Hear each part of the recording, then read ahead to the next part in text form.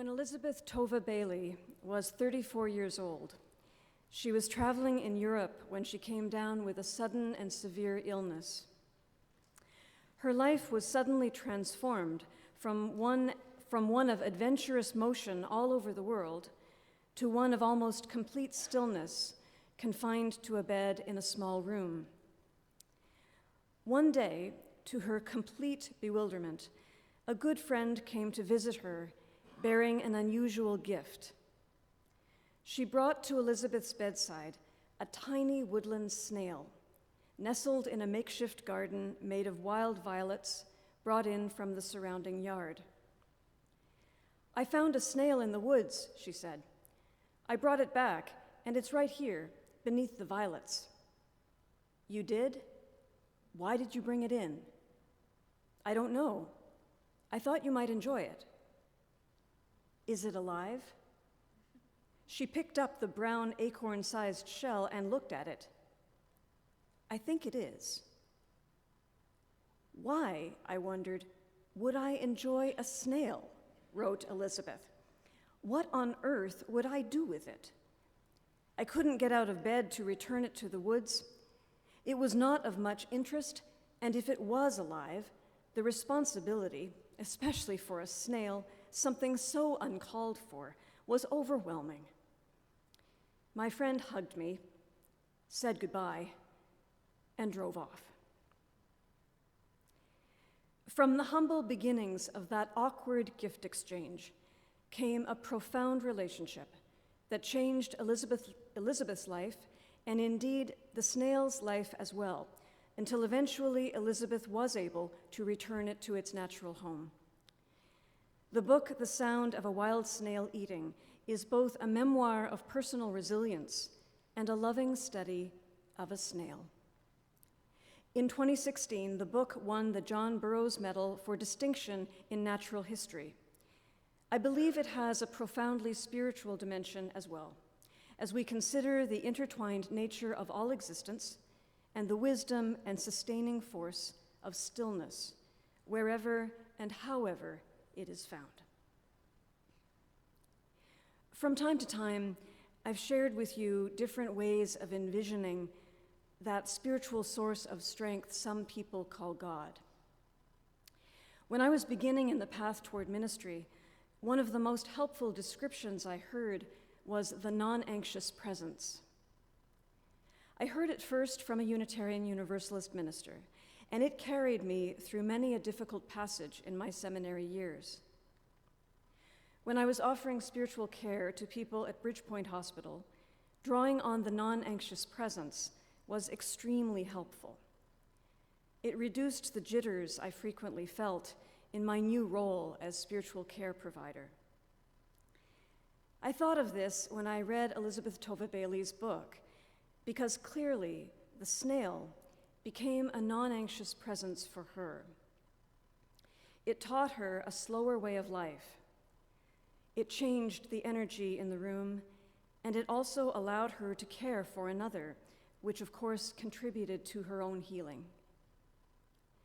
Over many months, the study of the snail, in its tiny movements, became Elizabeth's sole focus.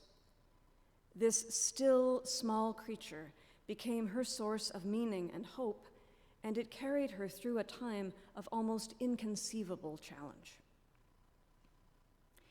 Now, it's important to point out that although the snail often appeared completely still, that was when it was sleeping inside its shell during the day. Its lifestyle paralleled Elizabeth's as she struggled with the fact that her days were no longer filled with activity and accomplishment. At night, though the snail moved at a leisurely pace, it did move a great deal. It came to life in the dark times, the times so often avoided, feared, or slept through. With her illness robbing her of restful sleep, Elizabeth writes that the snail came to her rescue. "As the world fell into sleep without me, the snail awoke, as if this darkest of times were indeed the best of times in which to live. It was in these times of deep darkness, when the room was completely still, that Elizabeth could actually hear the sound of the wild snail eating as it chewed a tiny hole in a portobello mushroom or even a get-well-soon card. Perhaps like many of you, I've found a great deal of meaning in activity and motion throughout my life. Even though I deeply value times of stillness and contemplation, and I've learned that I genuinely need them for my own mental and spiritual health, even now, I can find it hard to find a stillness. Even when my body is sitting still, in meditation, prayer, or yoga, my mind can take a long time to quiet down. And in the course of any ordinary day, I can become busily preoccupied, not only with the particular anxieties within my tiny field of experience, but with the dramatic and often frightening movements taking place around the world. Movement that is often violent, in many ways catastrophic, so often caused by selfish, reckless, and unconscious human activity. Powerful movement, breaking so much. When I think about all this tumultuous motion, so much larger than I can control, I find it especially hard to find a stillness. Yet still I seek some non-anxious presence, because I need it to survive. Recently, I gained new perspective on stillness through two new items that came as unexpected gifts. The first was a YouTube interview about the origin of the Big Bang, that is, the point beyond the point when everything began, the stillness beyond time and space that somehow preceded the magnificent motion of billions upon billions of stars.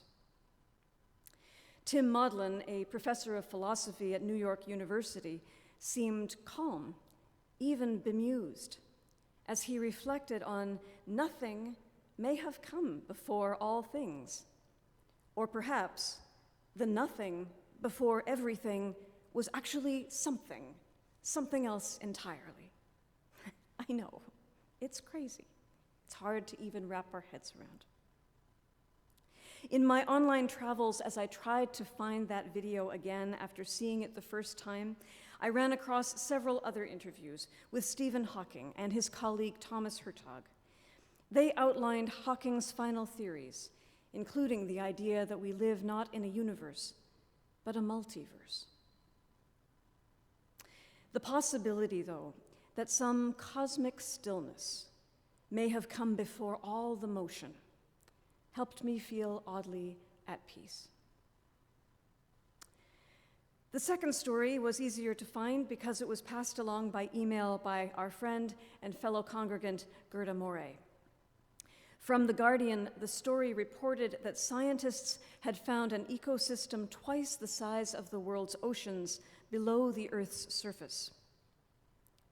Despite extreme heat, no light, minuscule nutrition, and intense pressure, the article said, scientists estimate this subterranean biosphere is teeming with between 15 billion and 23 billion tons of microorganisms.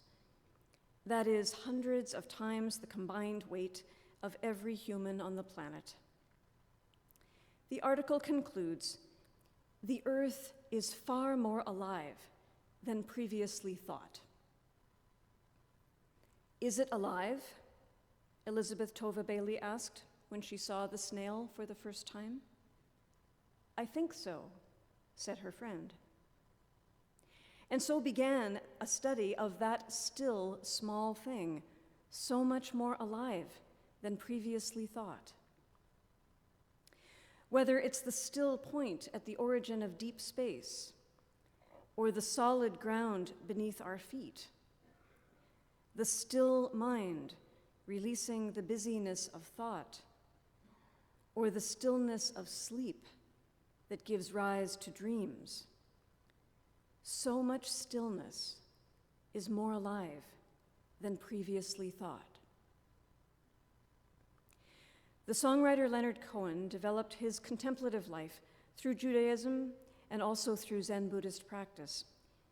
When he spoke to author Pico Iyer about the surprising aliveness of being still, he called it the real deep entertainment, the voluptuous and delicious entertainment, the sumptuous response to the emptiness of my own existence. He said that being in stillness was simply the most practical way of working through the confusion and terror that had long been his bedfellows. Throughout this month, we've been singing the hymn, Find a Stillness, each Sunday. Sean and I have titled our sermons using lyrics from the first verse, and today, of course, is Carry Me. The lyrics were written by Unitarian Universalist minister Carl Seeberg. He based it on a Transylvanian Unitarian text. I gained new admiration for Seeberg, and perhaps the early author too, when I appreciated its key message that stillness can carry us. Now, how can that be? Surely stillness can only hold, perhaps encompass or embrace. But no, the song says it can carry, which of course implies movement. And not just any movement, but intentional movement, often towards something that is desired. Movement we perhaps could not do on our own. For me, this makes sense when I think of the many still things that contain so much more life than we thought. Still things that contain more carrying power than we expected. Perhaps at this still point of the year, this time of solstice, which means sun standing still, we're more able to open ourselves to being carried by something we once thought was nothing at all. The Unitarian-raised poet T.S. Eliot loved to explore the intertwined, non-either-or nature of life. A passage from his poem Four Quartets, Part 2, East Coker, is quoted at the top of your order of service. It speaks to the familiar feelings of deep anxiety that can come to us when we see stillness, absence, loss, darkness, and indeed death in a certain way. Yet it also expresses the deep understanding that absence and presence are utterly intertwined, that growth takes place in the dark, and that stillness can bring us alive. Eliot writes, I said to my soul, be still, and wait without hope, for hope would be hope for the wrong thing. Wait without love, for love would be love of the wrong thing. There is yet faith, but the faith and the love are all in the waiting. Wait without thought, for you are not ready for thought. So the darkness shall be the light, and the stillness the dancing. Voice still and small, deep inside all, I hear you call, singing. Through sun and rain, sorrow and pain, still you remain singing. Calming my fears, quenching my tears, through all the years, singing.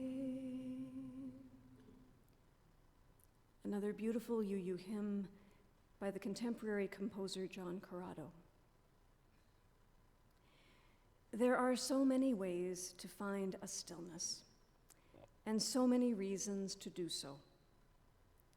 For Elizabeth Tova Bailey, the unexpected presence of a still, small creature allowed her unique creative voice to sing out in a beautiful way that turned our attention to the natural world and our ability to care for others, even when we feel least able.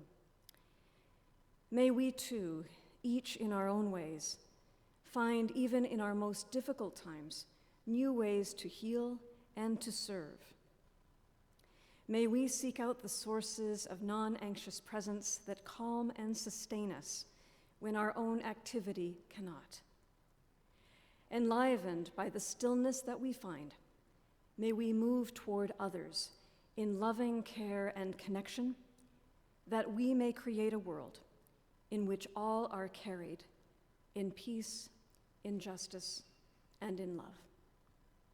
Blessings and amen.